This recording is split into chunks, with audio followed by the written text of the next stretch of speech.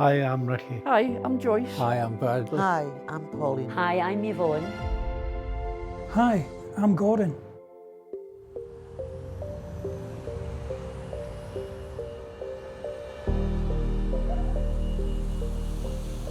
We come back from Tyree in 1966 and we brought up around this area of the East End of Glasgow, and I lived just on the outskirts there at Belgrove Street, and this area down here is where I had a lot of my friends and would come and visit.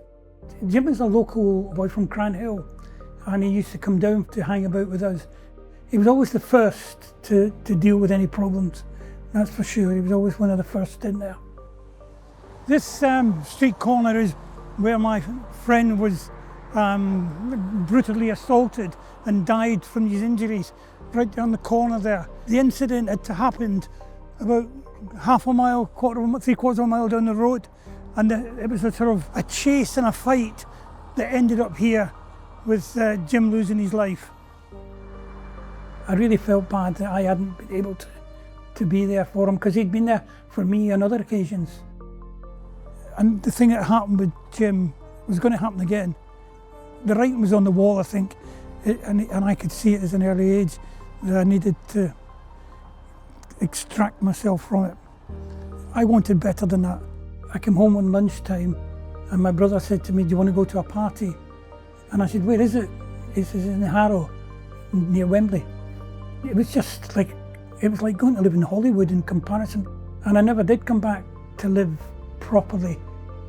Joining the military gave us that camaraderie.